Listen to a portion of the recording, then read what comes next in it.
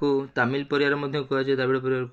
ଦ୍ରାବିଡ଼ ପରିବାର ବିକଶିତ ପରିବାର ତାମିଲ। ଏହି ଭାଷା ଦକ୍ଷିଣ ଭାରତର ନର୍ମଦା ଏବଂ ଗୋଦାବରୀ ନଦୀ ଉପତ୍ୟକା ଠାରୁ କୁମାରିକା ପର୍ଯ୍ୟନ୍ତ ରହିଛି। ଦ୍ରାବିଡ଼ ପରିବାର କୁମାରିକା ପର୍ଯ୍ୟନ୍ତ ରହିଛି।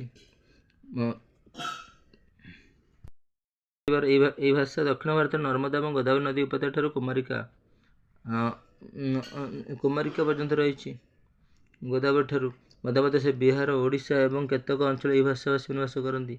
ବିହାର, ଓଡ଼ିଶା ଏଇ ତ ଓଡ଼ିଶା, ତାମିଲନାଡ଼ୁ ଏଇପଟେ ଦ୍ରାବିଡ଼ ଭାଷା। ତାମିଲ ପରିବାର ତ ଏହି ଭାଷାଭାଷୀ ନିବାସ କରୁଛନ୍ତି।